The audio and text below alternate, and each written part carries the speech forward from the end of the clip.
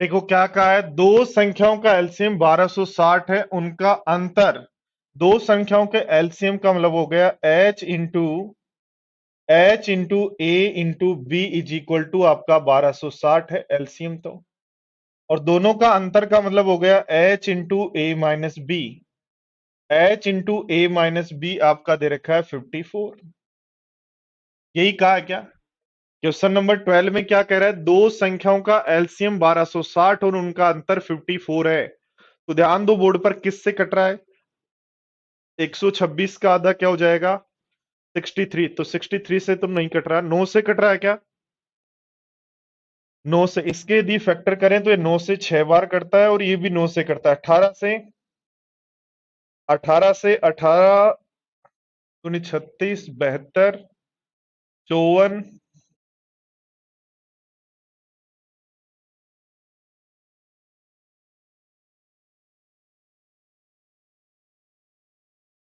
चलो तो देखो, 9 से कट रहा है, 9 से कट रहा है ये 6 बार, और 9 से ये कितनी बार कट रहा है? तो 9 एकम 9, 9 चौक 36, 9 एकम 9, 9 चौक 36 और 0। इसका मतलब दोस्तों 18 से भी कटेगा। 18 ती 54, 18 ती 54, 18 ती 54 के बाद 54 का डबल 108, और 18 108 और 18 हो जाता है 126। तो 80, 3। तो यहाँ एच और एच का मतलब एच की वैल्यू आपके पास आ गई 18, और एच की वैल्यू 18, क्योंकि ये भी एच से कटा, ये भी 18। अब ऐसी दो संख्याएं जिनका गुणा तो 80 और डिफरेंस 3 हो, ऐसी दो संख्याएं जिनका गुणा तो 80 और डिफरेंस 3 हो।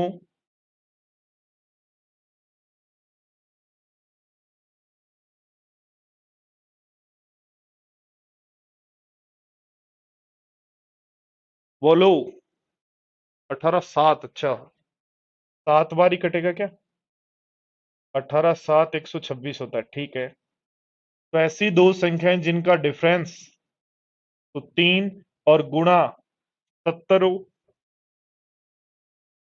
ऐसी दो संख्याएं जिनका डिफरेंस तो 3 गुणा 70 हो, तो ए और बी की वैल्यू क्या यहां से 10 और 7 आ जाएगी क्या? तो पूछा है दोनों संख्याओं का योग ज्ञात करो। तो दोनों संख्याओं का योग हो जाएगा h इंटू ए प्लस बी। तो 18 7, 17 का स्क्वायर 289 में 17 और जोड़ दें तो 306, और 306 आपका हो जाएगा आंसर।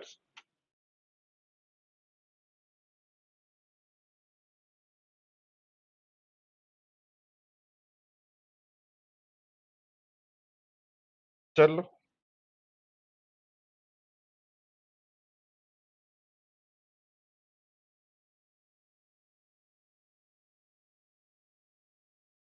देखो फटाफट, देखो क्या कह रहे हैं।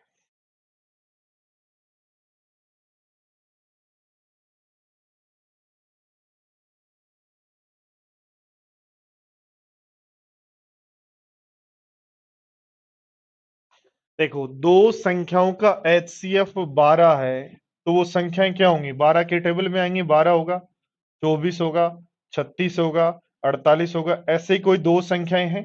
अब इनमें से कोई भी दो संख्याएं हैं जो 12 के मल्टीपल हैं।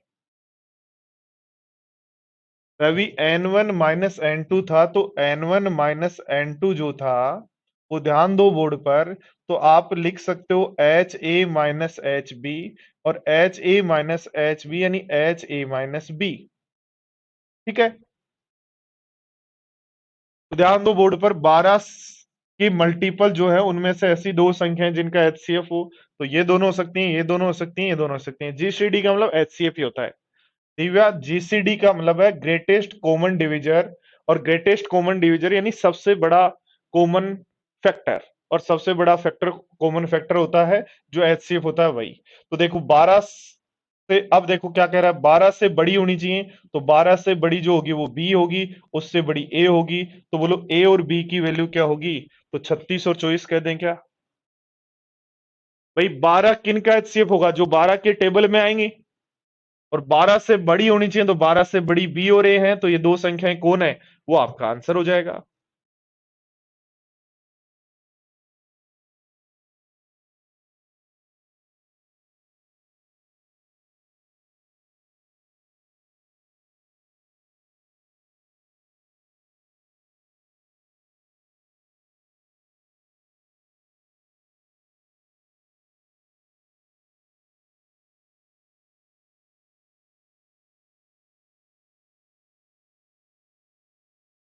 पढ़ो।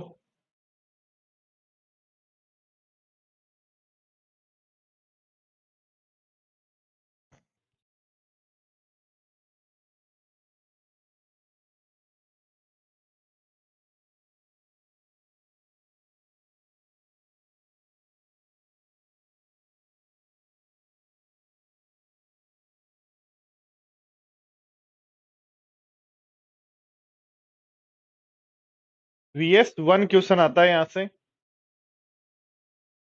और इन चीजों का आप यूज लेके कई क्वेश्चंस को इंस्टॉल कर सकते हो। अक्षत, क्लास बनने के बाद क्या आपके पास मैसेज नहीं आता क्या?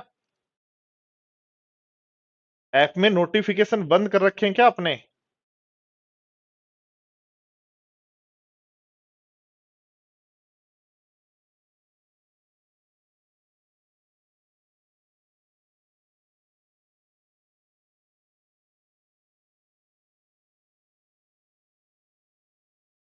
देखो, कह रहा है दो धनात्मक पूर्णांक हैं तो पहला नंबर क्या मान लें HA और दूसरा नंबर क्या मान लिया जाए HB।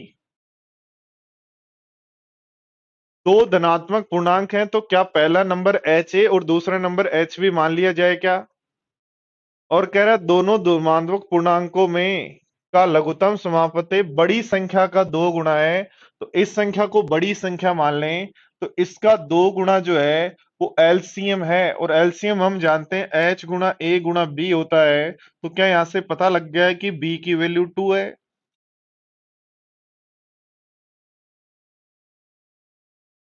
और कहा है छोटी संख्या और दोनों पूर्णांकों का HCF का अंतर, छोटी संख्या कौन होगी HB, और दोनों के पूर्णांकों का अंतर जो है, छोटी संख्या और h का अंतर जो है वो 2 है, तो यहां से h कॉमन ले लें तो बच जाएगा B-1,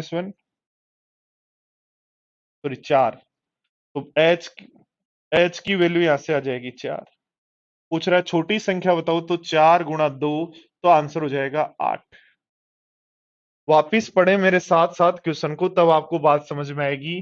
दो धनात्मक पूर्णांक HA HB, बड़ी संख्या इसको मान लिया का दो गुना, तो बड़ी संख्या का दो गुना एलसीएम के बराबर है, तो बी की वैल्यू 2। और बी की वैल्यू यदि 2 है तो ध्यान दो HCF इंटू बी, और HCF कहां से क्या किया, छोटी संख्या, तो ये बड़ी थी तो बड़ी कौन, छोटी कौन ही HB। तो HB और HCF का डिफरेंस, HB और HCF का डिफरेंस जो है वो 4 है, तो हम H का डिफरेंस 4, तो H की वैल्यू 4 आ गई। H की वैल्यू 4, B की वैल्यू 2, तो छोटी संख्या पूछा है।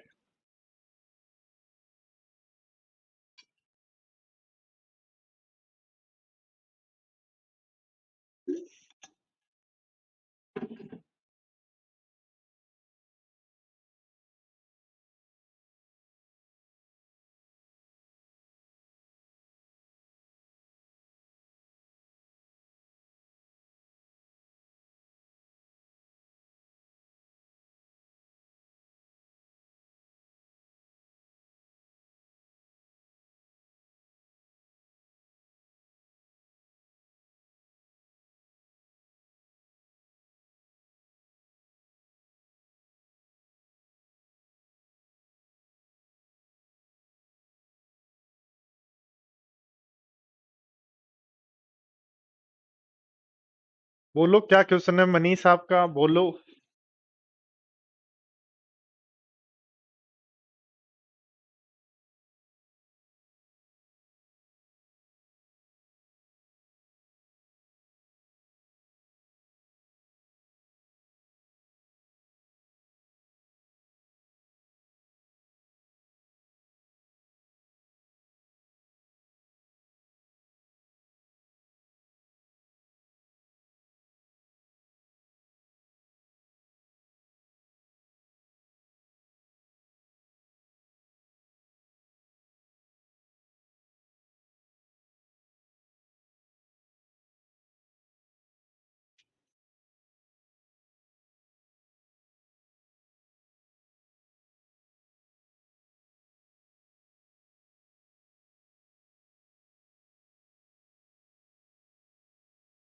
मनीष फॉर्मूला लिखा है था ना, ईच इंस्टॉलमेंट बराबर 100 into a/100 into t plus r into t, t-1/2। बता दो, निकाल लो।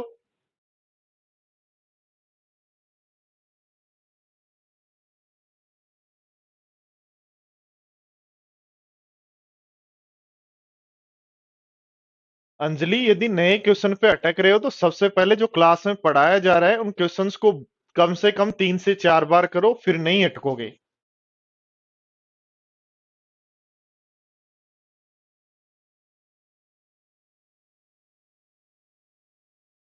देखो ध्यान दो क्या कहा गया है, ए और बी लो चे बी और सी लो चे सी और डी लो चे डी और ए लो। कोई भी ग्रुप लो, उनका एचसीएफ जो है वो एच ही है। कहा है चारों संख्याओं में से प्रत्येक युग्म, कोई भी युग्म बनाओ, एचसीएफ सेम है। चार संख्याओं का एचसीएफ ज्ञात करें यदि ए और बी का एलसीएम, ए और बी का एलसीएम ये है और सी और डी का एलसीएम ये है, तो ए और बी का जो एलसीएम होगा वो एच गुणा ए गुणा बी होगा, और सी और डी का जो एचसीएफ होगा वो भी एच गुणा, क्योंकि आपको पता है कि यहां भी जो रेशियो आएगा सेम आएगा तभी तो नंबर ठीक होगा। तो यहां भी यदि हम बात करें,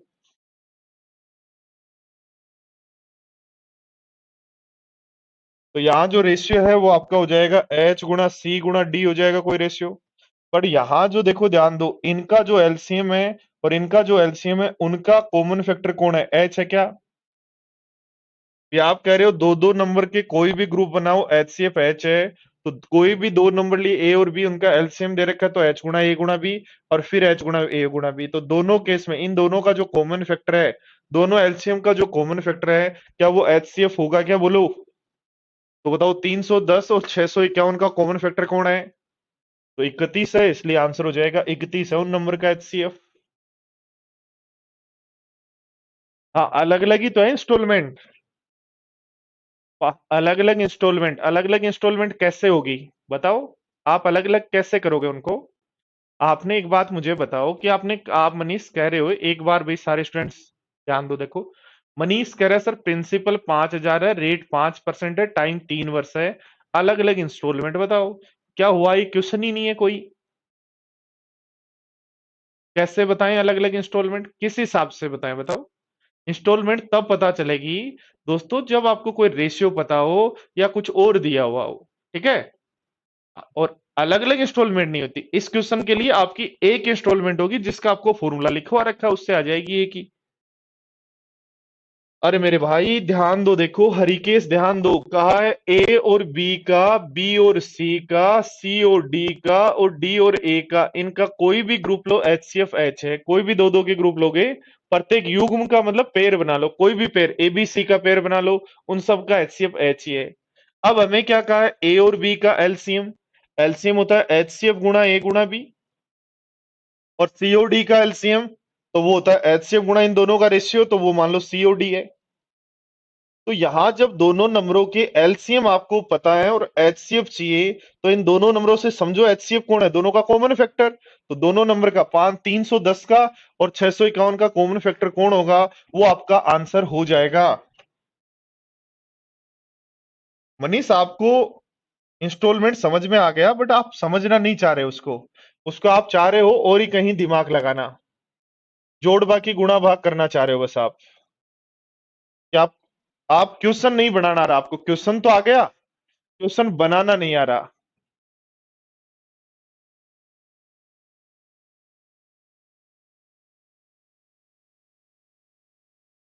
क्या होगा पूरा मेथड से, रवि बताओ, कौन सा क्वेश्चन पूरा मेथड से करना है आपको?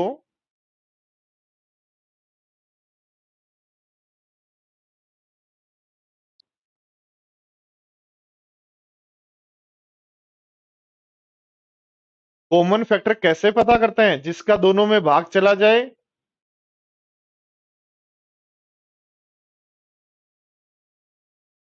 मनीष उसके आगे और कुछ भी होगा, इतना ही नहीं था क्वेश्चन, पूरा क्वेश्चन क्या था वो लिखो।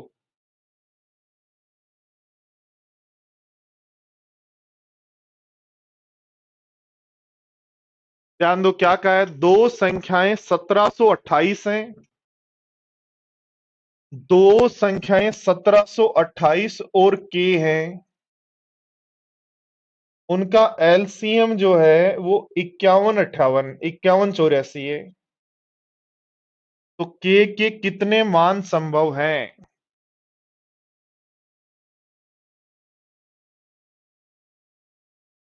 चलो इसको दिमाग लगाओ, और 5 मिनट आप लोगों को मैं दे रहा हूं, पानी वानी पियाओ।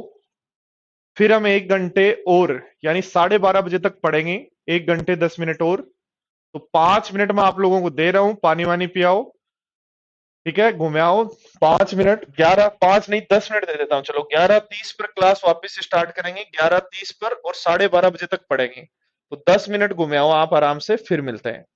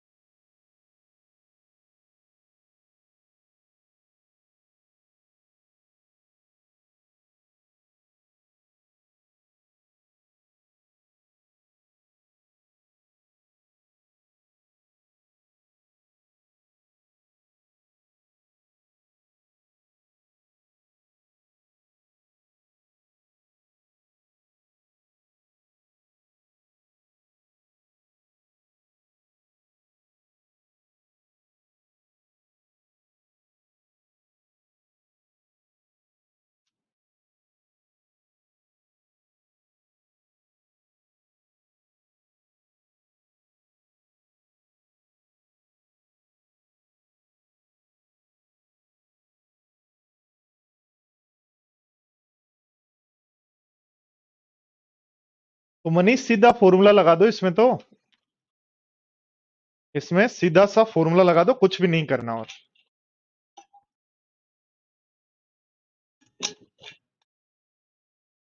100 into A upon 100 into T plus R into T minus 1/2 वाला फॉर्मूला लगा दो। ठीक है,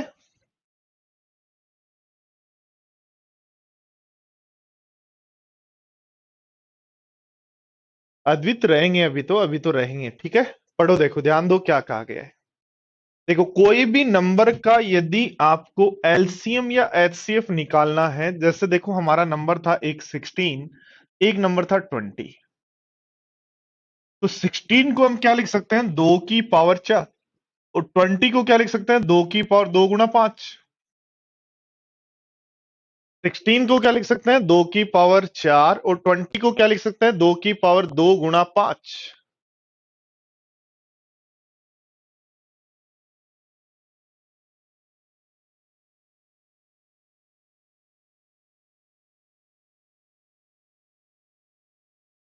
ठीक है, तो ध्यान दो बोर्ड पर, इनका यदि हमें निकालना है एलसीएम और एचसीएफ,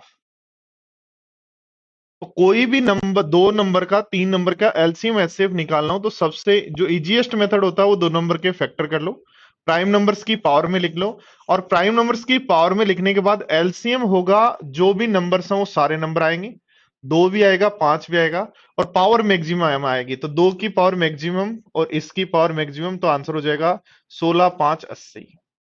यानी क्या करना है, प्राइम नंबर्स की पावर में लिखो, ऑल नंबर्स लिखो, और उनकी पावर क्या लिखो, मैक्सिमम, आपका एलसीएम आ जाएगा। एचसीएफ क्या होगा, तो एचसीएफ याद रखना, जो सब जगह कॉमन है कौन है, 2, सब जगह कॉमन है कौन, 2, और पावर मिनिमम, तो 2 की पावर 2 यानी 4। यानी एचसीएफ यदि निकालना है तो लेने हैं ऑल नंबर नहीं, कॉमन नंबर। कौन से नंबर, कॉमन नंबर्स। फैक्टर का मतलब कॉमन ही तो होता है, तो कॉमन नंबर्स लेने हैं, और पावर क्या लेनी है, मिनिमम। आई क्या बात समझ में। तो एलसीएम यदि निकालना हो तो सभी नंबर्स की पावर मैक्सिमम ले लो, और एचसीएफ यदि निकालना हो तो कॉमन नंबर्स की पावर क्या ले लो, मिनिमम ले लो। अब ध्यान दो, यदि यहां हम बात करें कि इनका एचसीएफ क्या होगा, तो ये मेरे पास है 1728, क्या है, 3 की पावर 3 गुणा 2 की पावर 6, के बारे में पता करना है।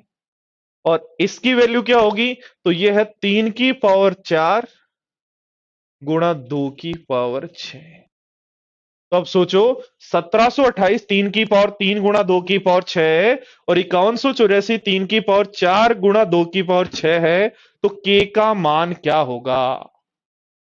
आपने कहा सारे नंबर लेने हैं जी मुझे, तो सारे नंबर का मतलब 3 और 2 लेने हैं, 3 और 2 तो आ गए।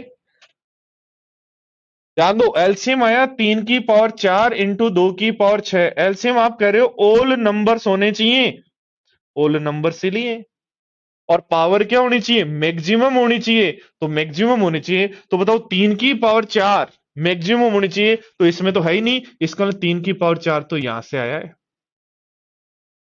ध्यान देना बोर्ड पर, 3 की पावर 4 यदि यहां हो, 3 की पावर 3 यहां हो, 3 की पावर 4 यहां हो, तो 3 की पावर 4 आएगा, तब 3 की पावर 4 आएगा, इसका मतलब 3 की पावर 4 यहां से आया है।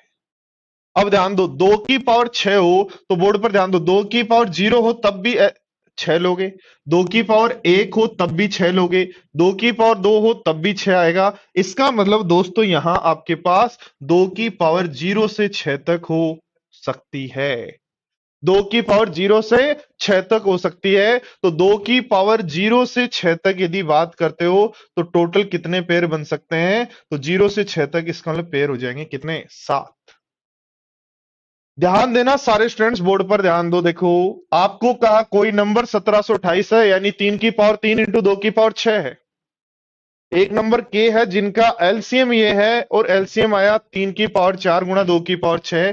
तो देखो ध्यान दो, यहां 3 की पावर 3 है और एलसीएम 3 की पावर 4 है, इसका मतलब 3 की पावर 4 तो दूसरे नंबर में है, तभी आपके पास 3 की पावर 4 आया। और ध्यान दो, देखो यहां 2 की पावर 6 है, इसका मतलब 2 की पावर 6 यहां से आया, तो यहां 2 की पावर क्या हो सकती है, 0 भी हो सकती है, तब भी 6 रहेगा। 1 हो सकती है तब भी 6 रहेगा। 2 हो सकती है तब भी 6 रहेगा। और 6 हो सकती है तब भी 6 रहेगा। 7 नहीं हो सकती, 6 तक हो सकती है। तो 2 की पावर 0 से 6 तक हो सकती है। इसका मतलब 2 की पावर 0 से 6 तक यदि होगी तो ऐसे नंबर्स कितने पॉसिबल होंगे? आई क्या बात समझ में?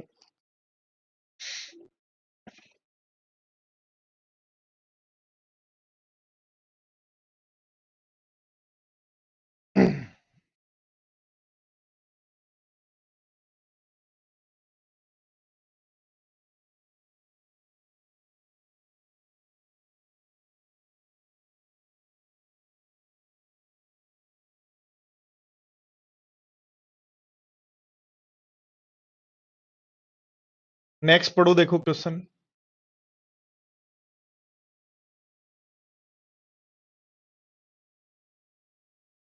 दो संख्याओं का एलसीएम और एचसीएफ दिया गया है। ये दो संख्याओं का एलसीएम और एचसीएफ है। ये तो एलसीएम है और ये एचसीएफ है। एक संख्या ये है तो दूसरी संख्या क्या होगी?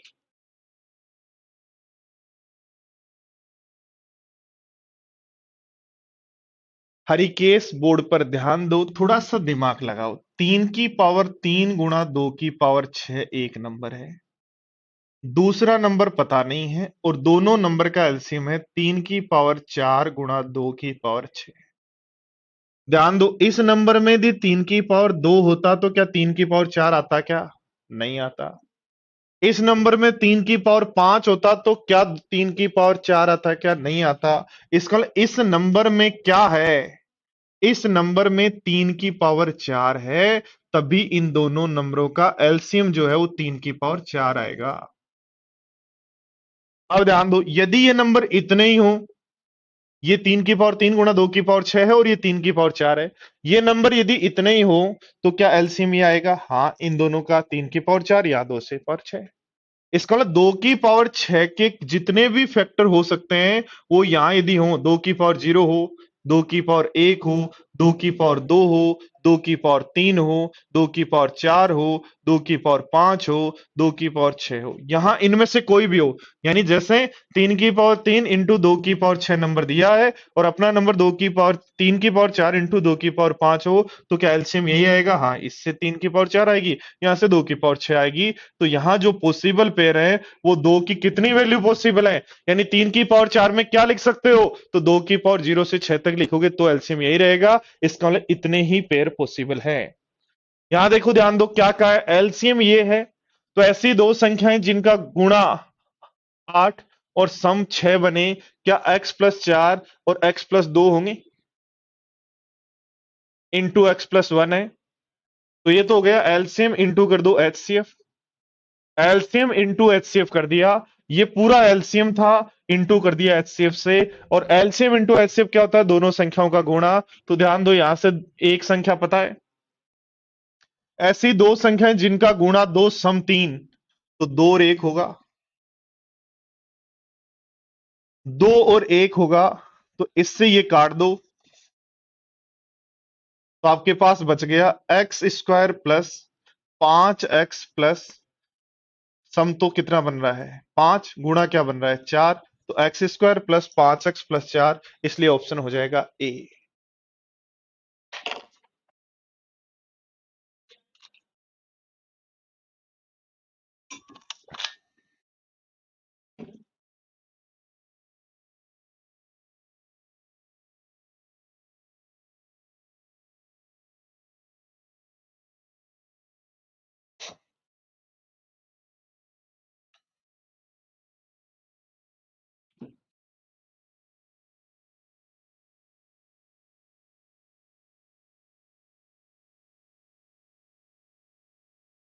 ध्यान दो सारे स्टूडेंट्स।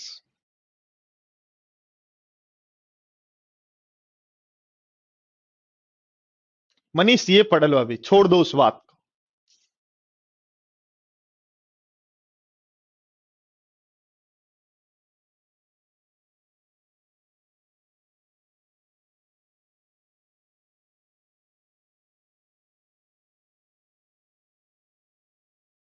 अभी ये पढ़ो, वरना ये भी नहीं समझ में आएगा।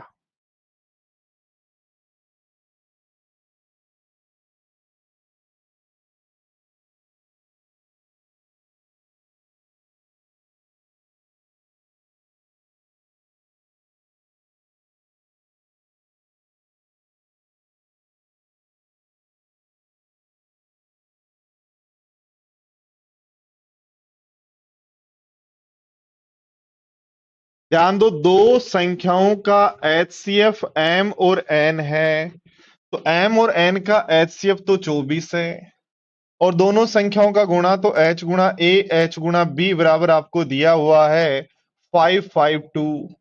तो मुझे बताओ ए गुणा बी बराबर आपके पास क्या 552 अपॉन 24 गुणा 24 आ जाएगा क्या?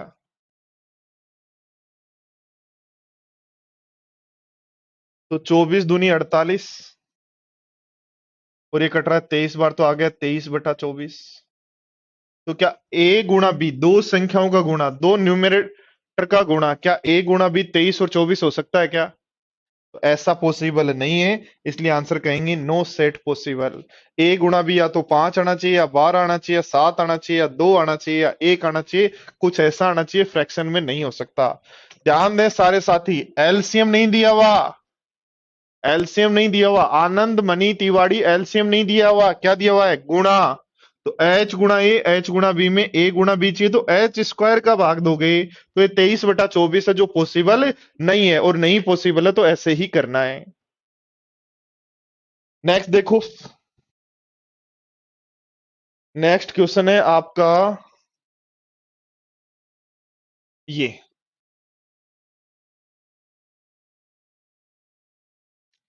का एन के कित एन के किस मान के लिए 22n+7 और 33n+10 के तुल्य है? एचसीएफ ज्ञात करना है दिए गए नंबर्स का।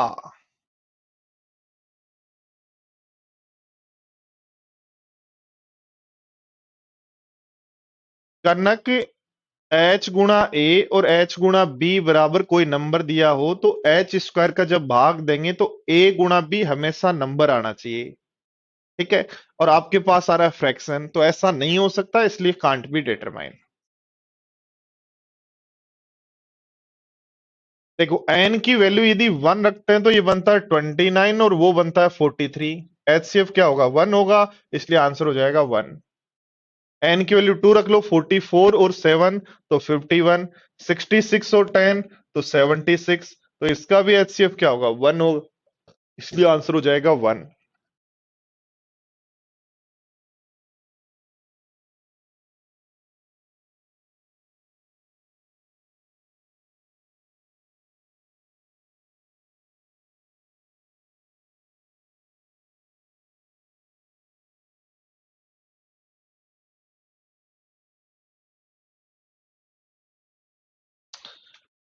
नेक्स्ट देखो, क्वेश्चन है आपका ये, पढ़ो देखो क्या कहा है।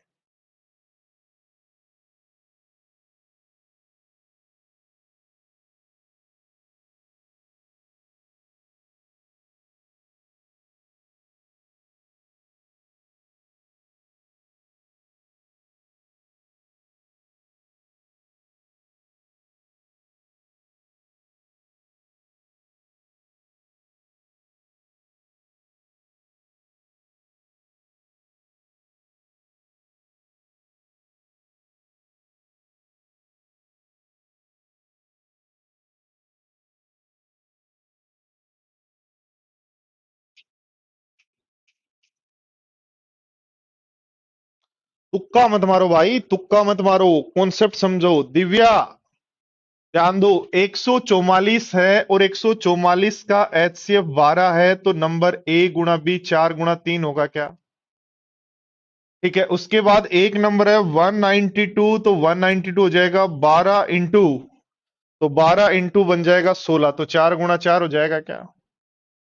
तीसरा नंबर तो 12 गुणा तो होगा ही होगा, और एचसीएफ रहना चाहिए 12,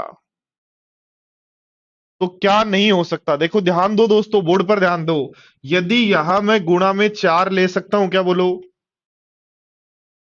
नहीं, क्योंकि जैसे मैं 4 लूंगा ये 12 गुणा 4 12 गुणा 4 12 गुणा 4 हो जाएगा उस केस में एचसीएफ।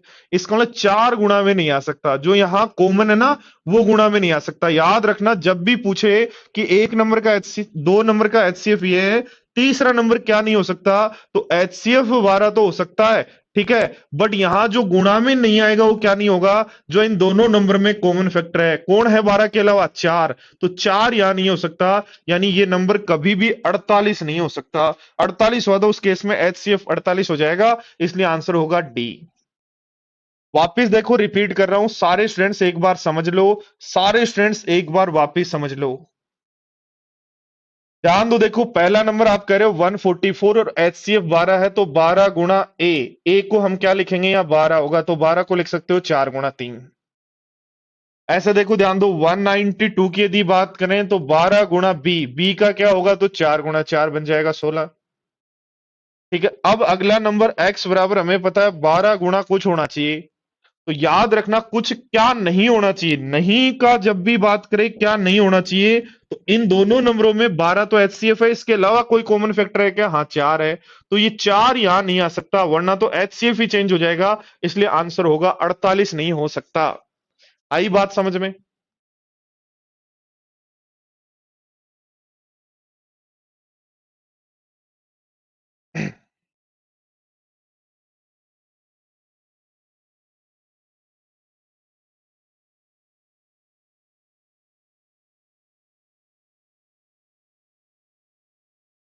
पढ़ो।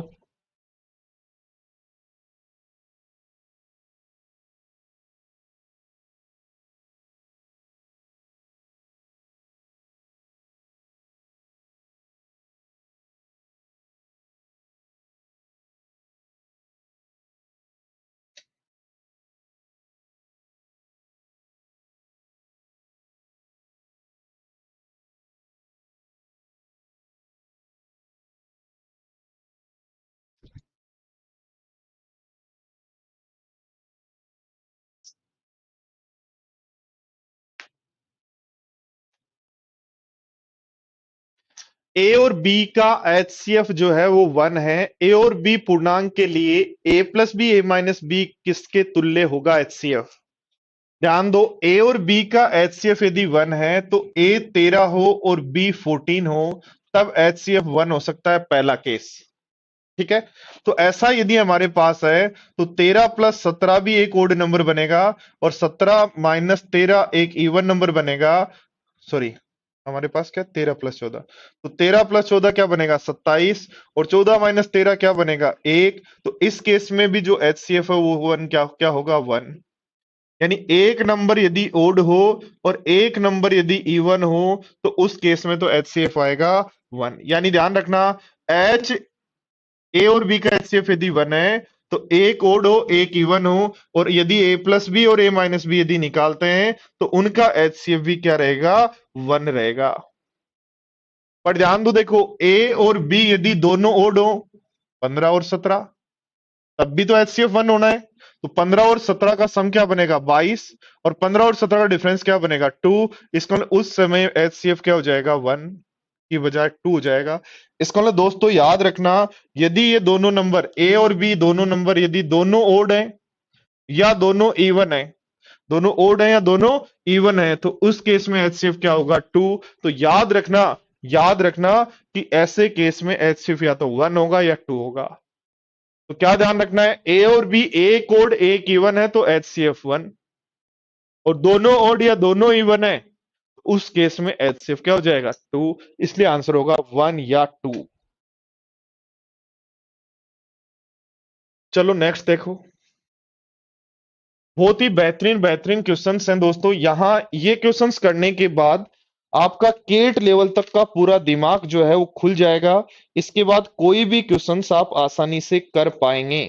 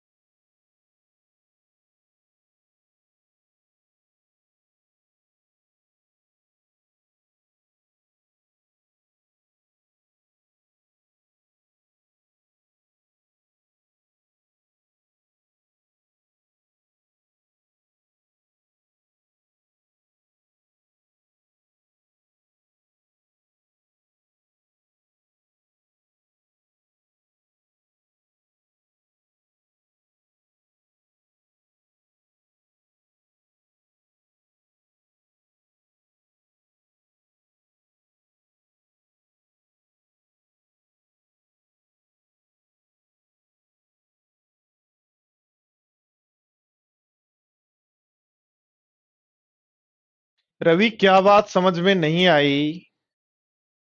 रवि देखो ध्यान दो, एक नंबर ओड हो, एक नंबर इवन हो, तो ओड और इवन का सम क्या बनता है? ओड बनता है। और ओड और इवन का डिफरेंस क्या बनता है? ओड बनता है। तो ओड ओड नंबर का एचसीएफ क्या होता है? 1 होता है। आई क्या बात समझ में? अब ध्यान दो, यदि दोनों नंबर ओड हैं तो ओड और ओड का सम भी क्या बनता है? इवन। और ओड ओड का डिफरेंस भी क्या बनता है? इवन। या दोनों नंबर इवन है तो इवन इवन का सम भी क्या बनता है? इवन। और इवन इवन का डिफरेंस भी क्या बनता है? इवन। तो जब ये इवन है तो उस केस में एचसीएफ क्या होगा? 2। आगे बात समझ में? अब तो नरेंद्र हो जाएगा, पहले ये तो पढ़ लो। या आपके दिमाग में कुछ ज्यादा ही जगह है कि आप सारे टॉपिक एक साथ पढ़ लेंगे? जो पढ़ाया जाए उस पर फोकस किया करो, कब क्या होगा उसको छोड़ दो। ठीक है? या मैंने आपको बताया था आपको जल्दी करनी है, आपको तो सब एक ही दिन में चाहिए, तो मैंने बहुत सारा चैप्टर यूट्यूब पे पढ़ा रखा है, बहुत सारा चैप्टर यहां पढ़ा रखा है, सबको एक दिन में लगा दो, लग जाओ उनके पीछे।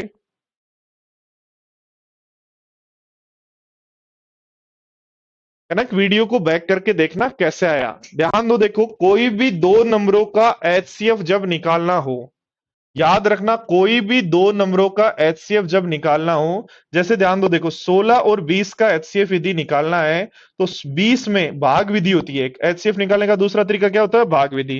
तो 20 में भाग देंगे 16 का, तो हमारे पास बचेगा 4। तो 4 का फिर भाग देंगे 16 में, इसका मतलब पूरा पूरा भाग चला जाएगा। तो याद रखना कोई भी दो नंबर यदि हमारे पास है, बात समझना, कोई भी दो नंबर यदि हमारे पास है तो एचसीएफ हमेशा जो डिफरेंस होता है, एचसीएफ हमेशा जो डिफरेंस होता है उसका कॉमन फैक्टर होता है। एचसीएफ हमेशा जो डिफरेंस होता है उसका फैक्टर होता है। ठीक है? ध्यान रखना, देखो कोई भी नंबर, जैसे आपने 16 और 20 का, तो 16 का भाग दिया 4 बचा, फिर 4 का भाग दिया पूरा पूरा चला गया, तो एचसीएफ आ गया 4। देखो डिफरेंस ही आ गया। तो याद रखना ये एक यूनिवर्सल पॉइंट है जो हमेशा सही होता है। क्या है?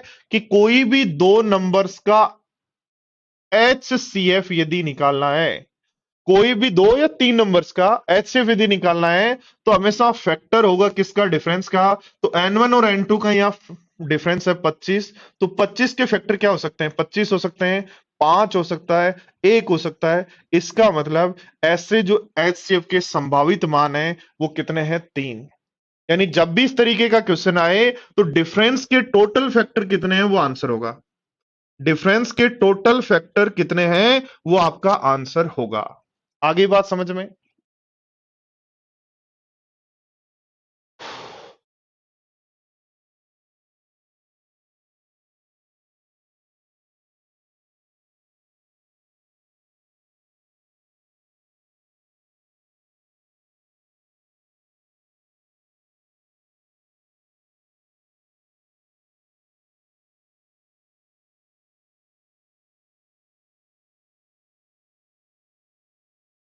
चलो थोड़ा बहुत समझ में आया तो इस क्वेश्चन का आंसर दो।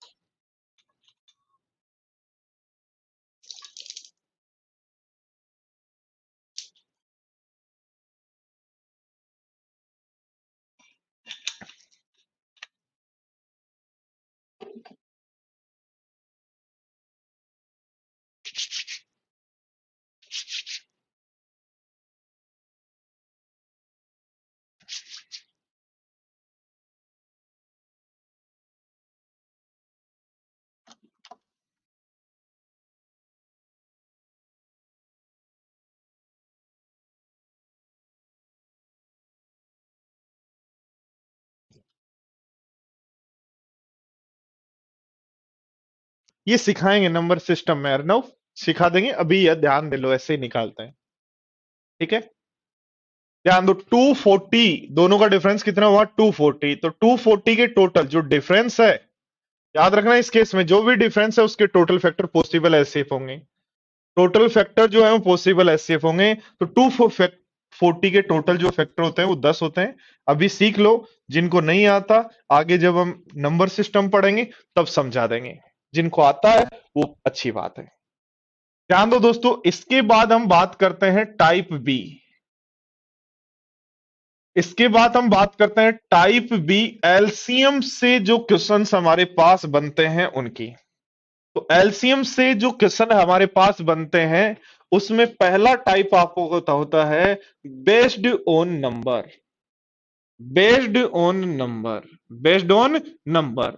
तो बेस्ड ऑन नंबर में सबसे पहले जैसे मान लो आपको दिया है 8, 9, 12 और 15 का एलसीएम क्या होगा, या वह सबसे छोटा मल्टीपल जिसका 8, 9, 12, 15 में पूरा पूरा भाग चला जाए। तो यानी एलसीएम यानी नंबर्स दिए हुए हैं और पूछ ले इनका एलसीएम कैसे निकालें। नंबर्स दिए हुए हैं और पूछ ले इनका एलसीएम कैसे निकालें, ये पूछ सकता है। ठीक है, नंबर्स दिए हुए हैं और पूछ ले इनके एलसीएम कैसे निकालें। तो एलसीएम निकालने के दोस्तों सारे स्टूडेंट्स को कितने तरीके आते हैं वो ध्यान दो दिमाग पर, यदि जोर दोगे तो बचपन में एक तरीका एलसीएम निकालने का आपने ऐसे पढ़ा था कि 8, 9, 12 और 15 का एलसीएम चाहिए, तो 2 का भाग 2 बनेगा 4, 9, 6 और 15, फिर 2 का भाग 2, जब तक 2 का जाएगा देते जाएंगे 2, 9, 3 और 5, फिर 2 का भाग 2 तो बच जाएगा 1, 9, 3, 5, फिर 2 का नहीं जा रहा तो 3 का भाग 2, 3, 1, 3, 1, 5, फिर 3 का भाग 2 तो 1, 1, 1, 5, फिर 5 का भाग 2 तो 1, 1, 1, 1। इन सब का जो गुणा है वो आपका होगा एलसीएम। तरीका नंबर 1 सबको दिमाग पे जोर दिया होगा तो बचपन में सीखा होगा, वही आंसर आ जाएगा। और यदि हम बात करें दोस्तों दूसरा तरीका, यदि हम बात करें तो इस नंबर को क्या लिख सकते हो 2 का क्यूब, इस नंबर को क्या लिख सकते हो 3 का स्क्वायर, इस नंबर को क्या लिख सकते हो 2 का स्क्वायर इंटू 2, और इस नंबर को क्या लिख सकते हो 3 गुणा 5। तो पहले नंबर को लिख सकते हो 2 की पावर 3, दूसरे को 3 का स्क्वायर 2 की पावर 2 इंटू 3 और 3 गुणा 5। और एलसीएम में अभी मैंने सिखाया था सारे नंबर आएंगे, 2 भी आएगा, 3 भी आएगा, 5 भी आएगा, 2 भी आएगा, 3 भी आएगा, 5 भी आएगा। पावर मैक्सिमम 2 की पावर 3, 3 की पावर 2, 5 की पावर 1, 8, 9, 72 का गुणा 5, तो आंसर बन जाएगा 360। तो एलसीएम निकालने के दो तरीके हैं, या तो इस टेबुलेशन से निकाल लो या प्राइम फैक्टर्स की पावर में चेंज कर लो, सभी नंबर्स की पावर मैक्सिमम ले लेंगे। ऐसे हम क्वेश्चंस को करते हैं। क्वेश्चन किस तरीके के बनते हैं तो हम एग्जांपल के साथ समझते हैं। पहला एग्जांपल यदि हम लें दोस्तों तो क्वेश्चन है ये रस, ऐसे क्वेश्चंस बनेंगे। पहला क्वेश्चन क्या बनेगा, ध्यान देना, पहला क्वेश्चन क्या बनेगा, वह सबसे छोटा नंबर जिसमें 8, 9, 12, 15 का भाग चला जाए, तो हम कह देंगे जी इनका एलसीएम वह सबसे छोटा नंबर इन नंबर्स का भाग चला जाए। दोस्तों ध्यान देना, नंबर्स का भाग चला जाए हमेशा एलसीएम। तो यहां एलसीएम आपने निकालना भी सीखा था, क्या हो जाएगा 360। दूसरा क्वेश्चन क्या बनता है कि प्रत्येक स्थिति में एक बचे, तो भाई 360 में तो पूरा पूरा भाग जाता है, इसलिए एलसीएम में जो भी शेष बचे वो जोड़ दो, हमेशा आंसर आ जाएगा। तो 360 में कह रहा है प्रत्येक स्थिति में एक बचे, तो आंसर हो जाएगा 361, इसलिए आंसर कह देंगे डी। तो पहला तरीका है आपका, पहला जो क्वेश्चन बनता वो कि सिंपल सा दिए गए नंबर का एलसीएम बताओ, या वह नंबर जिनमें इन नंबर्स का भाग दें 0 से इस बचे, या वो नंबर जो 8, 9, 12, 15 से पूरा पूरा डिविजिबल हो 360। दूसरा केस क्या बनता है कि प्रत्येक स्थिति में 2, 5, 8, 10, 12 बचे, तो वो जोड़ देंगे। अगला केस क्या बनता है, अगला केस क्या बनता है, देखो ध्यान दो, अगला केस क्या बनता है पढ़ो।